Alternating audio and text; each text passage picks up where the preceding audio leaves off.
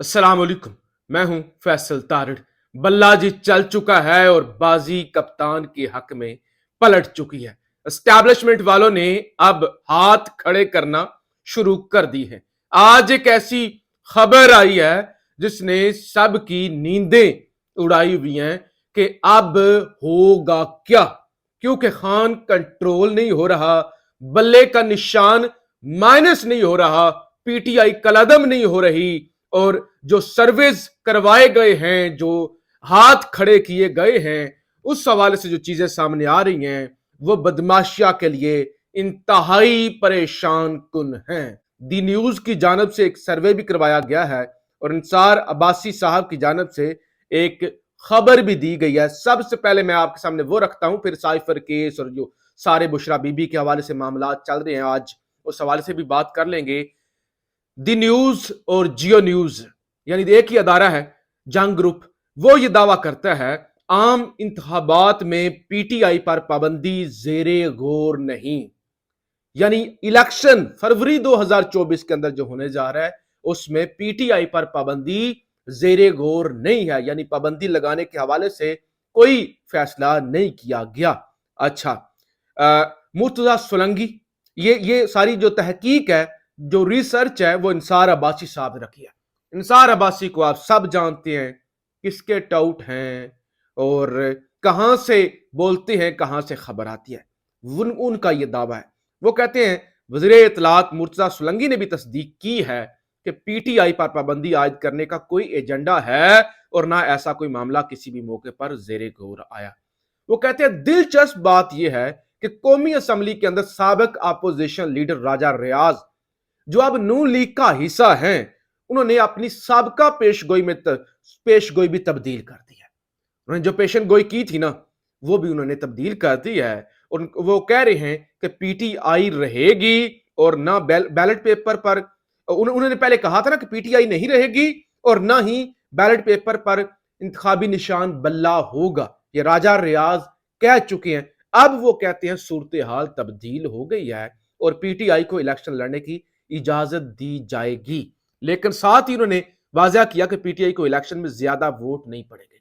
वो कहते हैं उसकी वजह यह है कि जो पुराने लोग हैं वो छोड़ के जा चुके हैं, नए लोगों के पास तजर्बा भी नहीं है, पैसा भी नहीं है और ज्यादा वक्त भी नहीं है, तो इसके लिए उनके लिए मुश्किलात होंगी, क्योंकि इलेक्शन डे पर जो साइंस होती है उस साइंस का उन्हें नहीं पता, इसलिए ज्यादा वोट नहीं पड़ेंगे।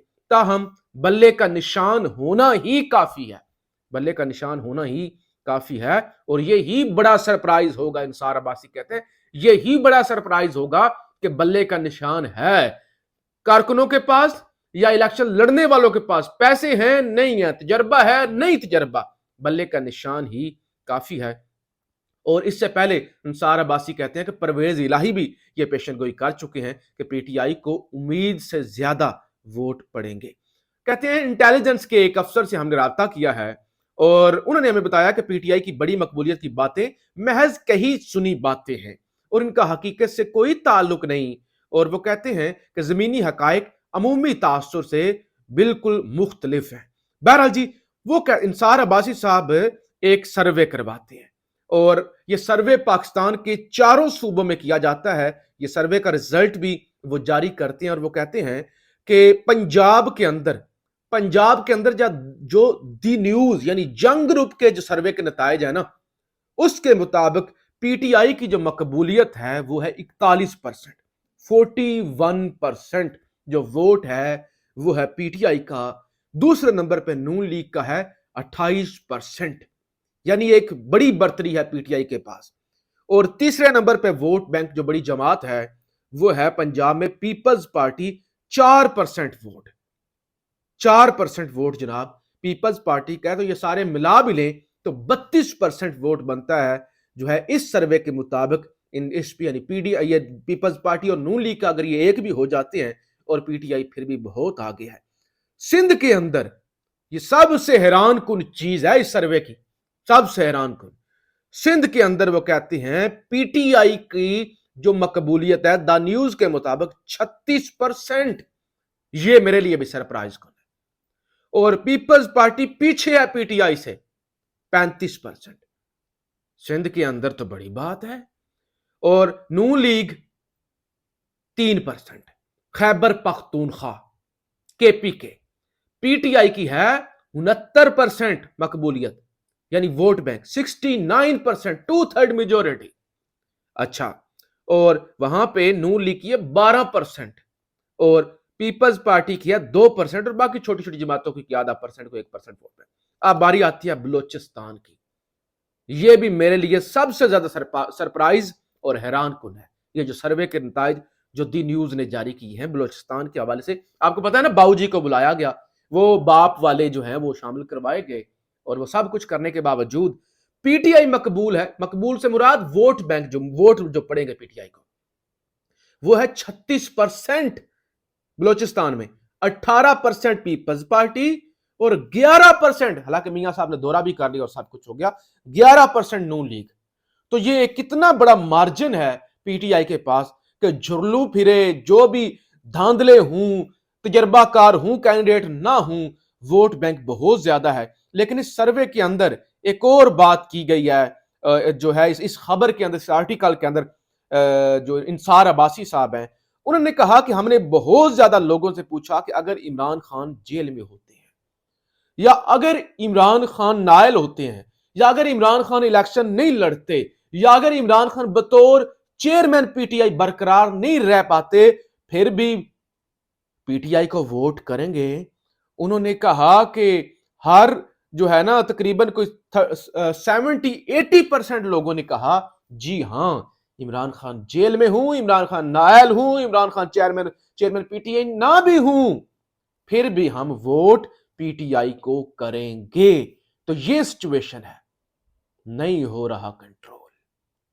सर्वे भी दी न्यूज ने भी करवा के देख लिए, उन्होंने कहा राजा रियाज भी हाथ खड़ा कर गया, उसने भी अपनी जुबान चेंज कर लिया, कहते हैं अब हालात तब्दील हो गए, अब हालात हाथ से निकल गए हैं, इमरान खान को रोकना बहुत ही मुश्किल हो गया है, लिहाजा उनको रोका नहीं जा सकता। आज साइफर केस की समाअत बिना कार्रवाई के 21 नवंबर तक मुलतवी हुई, और जो है इसके बाद जो है वो आज जज साहब पहुंचे जो है वो अडयाला जेल, लेकिन ज़ाहिर हुक्म इम्तना आ चुका है, लेकिन बड़ी जल्दी है, जज साहब को बड़ी जल्दी है कि 16 नवंबर तक पहले स्टे मिला था साइफर वाले मामले में हाई कोर्ट से, जज साहब ने आज 17 नवंबर की समाअत रख ली, अब मिला है 20 नवंबर तक तो सी हुई है स्टे के अंदर, और 21 नवंबर को जज साहब ने तहरीरी हुक्मनामे कहा कि दोनों तरफ को सुन के फैसला सुना देंगे, तो 21 को ही जनाब जो है वो समाअत रख ली है अबू हसनात जुल्करनैन साहब ने। यानी इतनी जल्दी है,